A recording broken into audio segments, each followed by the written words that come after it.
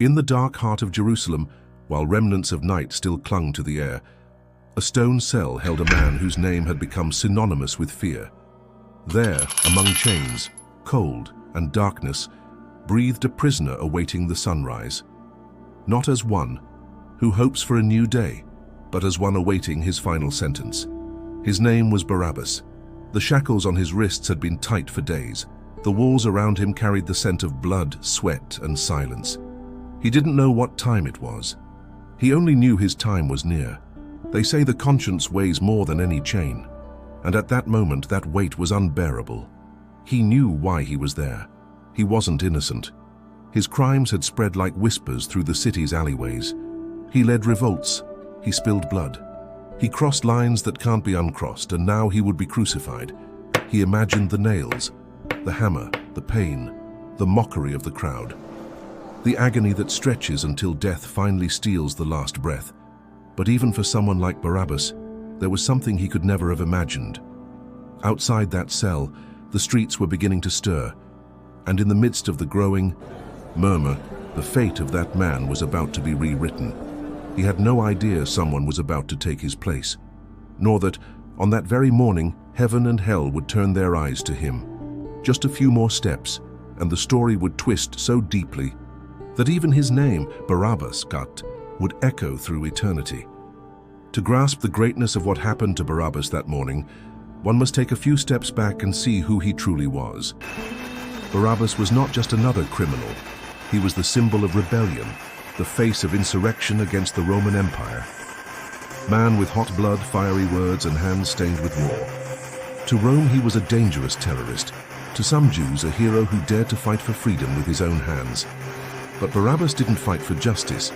He fought for power. His name was tied to hidden daggers, alleyway confrontations, and war. Cries in the plazas. Men followed him not out of honor but fear. In one of these uprisings, someone died by his hand. And that's when his luck turned. Captured, condemned, and now forgotten in a cold cell, awaiting the most dreaded punishment of all, crucifixion. But what he didn't know was that the story of another man was about to intersect with his. Someone who didn't carry a sword, someone who didn't kill but saved, who didn't cry for war but healed with a touch. A man named Jesus of Nazareth. Barabbas had never truly heard his name. Perhaps he had dismissed him as just another eccentric preacher among many. But in the court of destiny, where divine and human justice collide, God chose to place them side by side, the most guilty and the most innocent. From that encounter, the world would witness a decision that would change everything, because soon, one would walk free and the other be crucified. That same morning, while Barabbas barely breathed in his cell, the Roman governor Pontius Pilate stood before a restless crowd. It was a feast day, Passover. And there was a tradition. One Jewish prisoner would be released as a sign of mercy. Pilate saw in this tradition a diplomatic escape. He had interrogated Jesus. He had heard the priest's cries. He had sensed the tension in the air between the religious leaders and that man, who spoke with authority and walked as if eternity rested on his shoulders. But he found no crime in him. Jesus was not a troublemaker. He was not a rebel. He was different, pure, silent, untouchable, even when wounded. Pilate, in his political mind, devised a simple plan: put Jesus side by side with the most notorious criminal available. The contrast would be so striking, so scandalous, that the people would have no choice but to choose the innocent. And so the guards went to the depths of the prison to fetch Barabbas. The people gathered in the square like in an arena. There was excitement, tension, hatred. Amid the crowd, the religious leaders whispered venom into the ears of the masses. Jesus was brought forth, crown of thorns, torn garments, face stained with blood. Even so, he stood tall, eyes steady, soul untouched. Barabbas came next, dragged by his chains. A hardened face, a body marked by battles, a figure that inspired fear and disgust. Pilate placed them side by side. He raised his voice and asked, "Which of these men do you want me to release?" Silence lingered for a moment, and then the chant began. "Release Barabbas!" The disbelief on Pilate's face was clear. He asked again, insisted, but the cry only grew louder. "Barabbas! Barabbas!" The world had just made its choice, and with it, human justice exposed its failure. Pilate hadn't expected this. Even knowing the crowd's instability, he believed reason would prevail. That, faced with an obvious criminal, the people would choose the man who only did good. But he was wrong. As the cries for Barabbas intensified, and the pleas for Jesus were drowned in fury, Pilate understood. He was alone in this dilemma. He washed his hands before the people, a symbolic gesture, an attempt to absolve himself. But no water on earth can cleanse the conscience of one who stands idle before injustice. Then he said, "So be it. Take Jesus, crucify him." And he turned his back. The soldiers moved swiftly. Jesus was dragged to be tortured. Barabbas's chains were removed with a sharp clink that echoed through the courtyard like an invisible warning. The guilty was freed, the innocent condemned. No one said a word, no explanation, no glance. Barabbas was simply released, and for a moment he didn't know what to do. His hands were free, his feet unbound. The courtyard opened before him like a silent road, but something inside him weighed more than the chains he had left behind.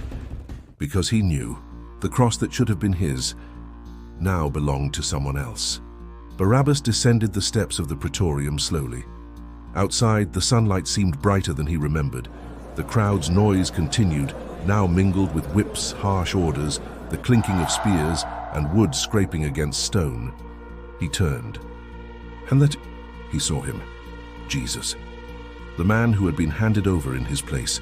The crown of thorns pierced his brow, blood ran down his face, and still, he looked at him. It was just an instant, but that look pierced Barabbas like no dagger ever had. There was no hate, no judgment, only compassion, sorrow, silence.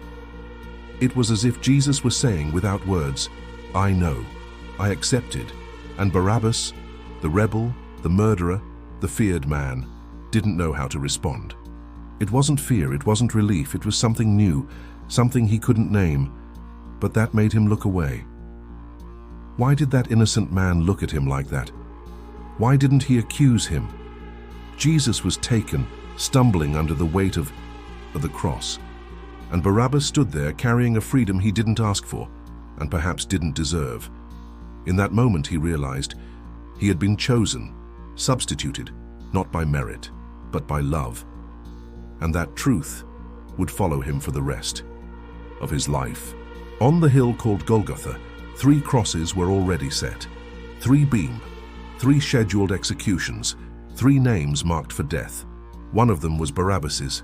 He knew that. All Jerusalem knew. He and his companions had been condemned together. 3 criminals, 3 verdicts, 3 endings. But something had changed. Because that morning, the man in the center was not him. It was Jesus. Barabbas, free, watched from a distance. He saw the soldiers drive nails into the hands that healed. Lepers. He saw the blood flow from the forehead of the one who prayed for his enemies. He saw the people mock, and the sky slowly darken. And there in silence he acknowledged, that cross was mine. He didn't understand theology. He didn't know the scriptures. But something inside him screamed the truth. Someone had taken his place, not just in court, not just before Pilate, but in destiny, in guilt, in judgment. The pain that should have been his, the humiliation he deserved, the death that awaited him, all placed upon another, and the most incomprehensible of all, the one who carried it, didn't fight, didn't complain, didn't resist. Jesus walked to the cross like one fulfilling a mission, as if he had always known it would be this way, and Barabbas, who had faced soldiers, challenged governors for the first time, felt small before someone who chose to die so he could live. From this point on, the Bible falls silent. There is no further mention of Barabbas, no account, no verse about his fate. He vanishes from the story, like a shadow that passed too quickly before the light. And this raises the question, what did he do with the freedom he received? Did he return to the dark alleys, the violence, the rebellion, or upon seeing the blood of Jesus hit the ground, did his soul begin to change? No one knows. Perhaps he followed Jesus from afar.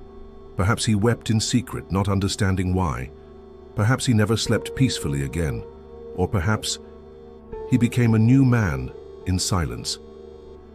All we know is this: he was set free. He was forgiven. He was substituted. And more than a historical figure, Barabbas became a symbol, a mirror. Because at some point, we've all been him. We all carried chains. We all had a sentence. And we were all freed by someone who had no guilt. Barabbas walked out of that courtyard free, but the cross remained standing, with the righteous, one hanging in place of the guilty. That truth still pulses, and it leads us to the most important question of all: what will we do with this freedom?